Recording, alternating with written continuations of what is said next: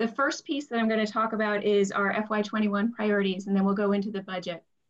So we will, this year, continue our bread and butter member services, and that includes planning, which you have a nice picture of here, brownfields redevelopment, which we had several great projects happen this year, and cooperative purchasing, where we don't have the numbers in yet about how much money we were able to save you, but based on last year, it'll be about $365,000 just in SALT alone. And we'll also continue our small business loans. In the next slide, you'll see that we are highlighting our regional voice activities, which are advocacy. We are very organized and focused, as you might imagine, on COVID-19 right now and the response. We've been working with the Mills administration, Senator King's office, Senator Collins's office on a lot of issues that are related directly to municipal needs, including funding, but also elections and other things. So this has been a very important part of our member services. In the next slide, you'll see a picture of Craig Freshley at one of our chairs in the circle and leadership trainings. Many of you, I think, that are in the General Assembly today have attended one or more of these, and we're going to continue these next year. The next slide is just a snapshot that'll look very much like the screen you're looking at right now, which is from one of our first COVID-19 member services that we did. And during the crisis, GPCOG has been the most important regional meeting place, the most important table, we believe, for electeds and managers to be comparing notes, supporting each other, and starting to work together collectively to meet your community's needs. I want to emphasize a couple things on the next two slides, which are enhancements to the services that we'll be offering next year. We're going to continue to try to aggregate the technical assistance services that you need. This last year, Tony Plant has been working with the managers on MS4 water, stormwater permitting, and also on cable TV issues. We're going to continue that work. We think it's really important because when we bring you together and aggregate your needs and your resources, we're able to help all of you access the technical and professional services that would be difficult for each of you to afford on your own. We'll also be enhancing our assistance on sustainability issues. We heard a lot from you in the early part of this fiscal year about the need for more information on solar. We had a coffee with COG on that, and we've brought some really fantastic, talented staff to help with that this next year. In the next slide, we'll talk about how we're trying to strengthen the region. I think all of us know we do not have enough transportation resources to maintain the roads we have, never mind really build the transportation system we need for the future.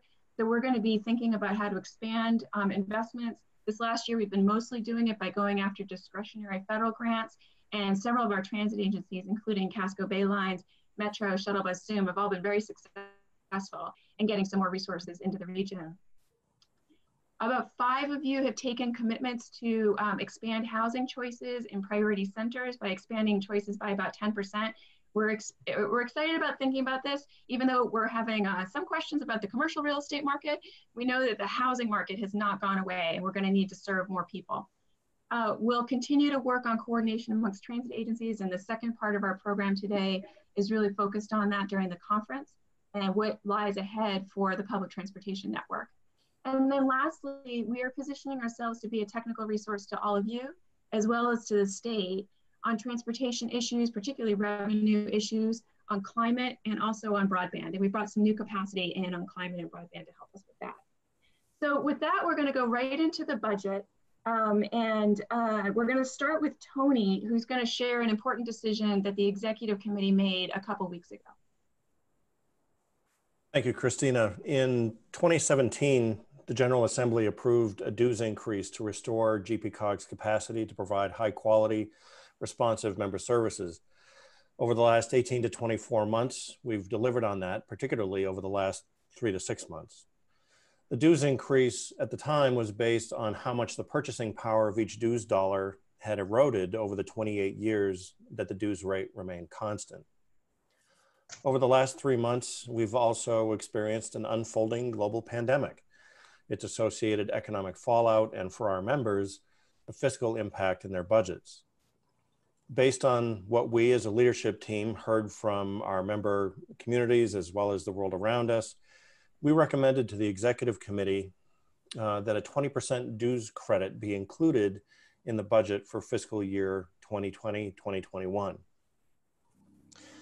This proposal, which the executive committee approved and is included in the budget proposal before you, would reduce most members' dues by 20%, yet still allow GPCOG to meet its members' needs in the year ahead. The budget also includes a number of measures to offset the roughly $100,000 reduction in dues revenue, including a wage freeze for senior leadership and other more highly paid staff, while providing the potential for modest adjustments for junior staff. This proposal is intended to lessen the burden on our members in a time of need and solidarity with them and the challenges they face, allow the flexibility to deal with the situation as it evolves over the next year without having to make a formal change in the dues rate, and preserve our capacity to meet our members' needs. Christina? Thanks, Tony. Josh Coaches, our finance director, is now going to go through the technical budget slides. We're going to go through these fairly quickly, and then Belinda will take questions at the end. So go ahead, Josh. Awesome. Thank you, Christina. Hello, all. So this is the FY21 proposed budget. The total proposed budget is a fraction over $4 million.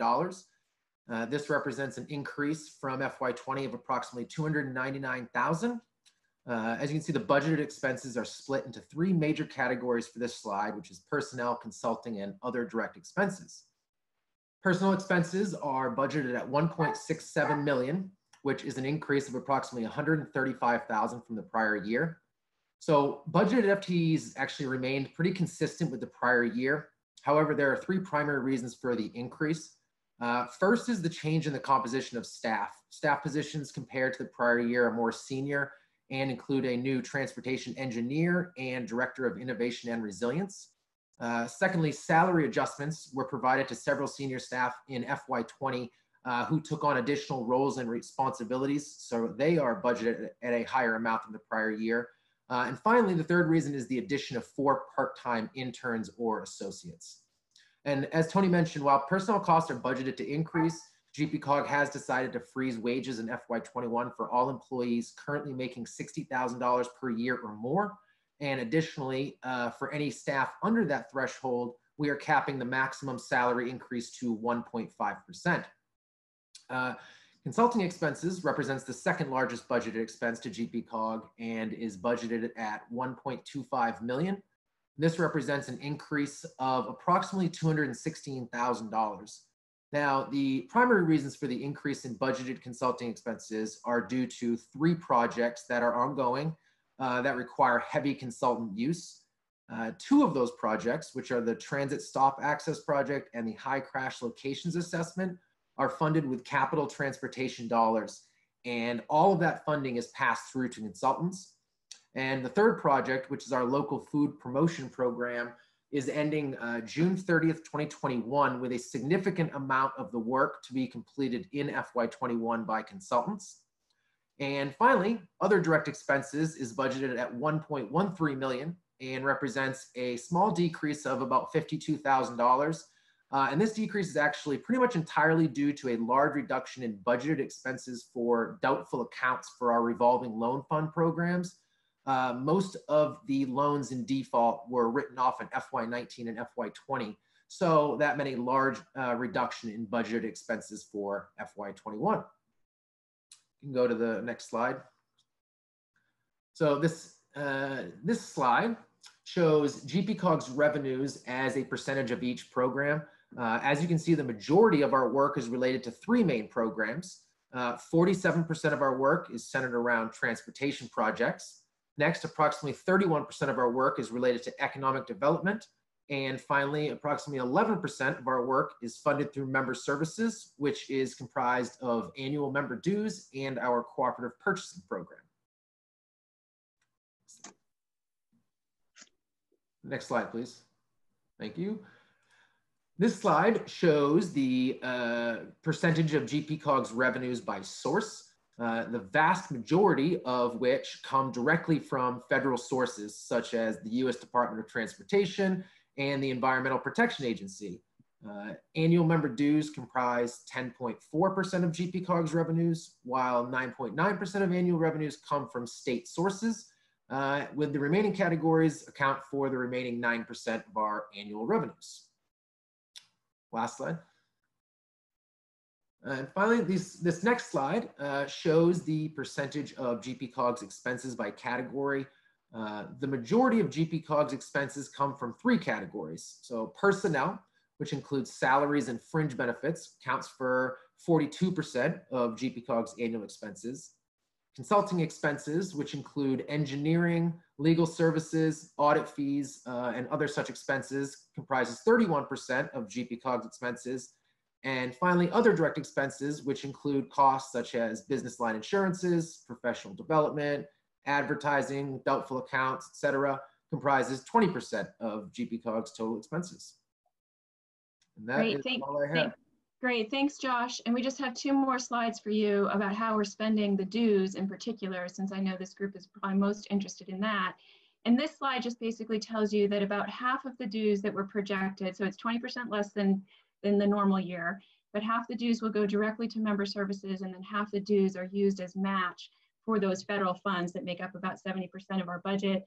And you can see here that they will not only benefit members, but also the region. And then the last slide just shows you that leveraging of federal dollars. So the $200,000 in local money leverages about 1.3 million. So Belinda, that concludes our presentation of the FY21 budget. Great. Okay, so this is our slate, and I need a motion and a second on this. So moved. So I have a motion from Hope Cahan to approve the slate. Do I have a second? I'll second. A second from Amy Kuhn. Any discussion over the slate? Okay, before we vote, I just want to thank very much. We have some departing members. And so I really want to thank Eastman, Jennifer Spears, Steve Gordon, and Peter Joseph for their service to Greater Portland Council of Governments. We will miss you. And I want to welcome new members, Carmen Leon, Sue Witonis, and Jared Maxfield. Thank you, Christina. I also want to say that when we go to the legislature to ask them to make remote meetings a permanent part of municipal government, we're going to do something about this roll call. We're going to figure it out. You guys are doing great. Thank you. The bylaws changes are very straightforward. They are the culmination of a couple years of work bringing PACTS and GPCOG together. As you can see on the screen, the amendments you're voting on today to the GPCOG bylaws do 3 things. It makes sure that PACTS becomes an autonomous standing committee of GPCOG. That's the new Article 8 proposed in the bylaws. It gives PACTS input into the hiring, evaluation, and so forth of the Executive Director of GPCOG. Those are the changes in the existing Article 1. And then it makes sure that the Executive Committee is composed in a way that is fair and balanced, and make sure that both PACTS and non-PACTS communities are well represented. The only other thing the amendments do, of course, is to renumber the later articles to make sure that they all go in sequence. So this, as Christina has said, has been the subject matter of a lot of work and unanimous approval by the PACTS Policy Committee as well as the GPCOG Executive Committee. Happy to answer any questions.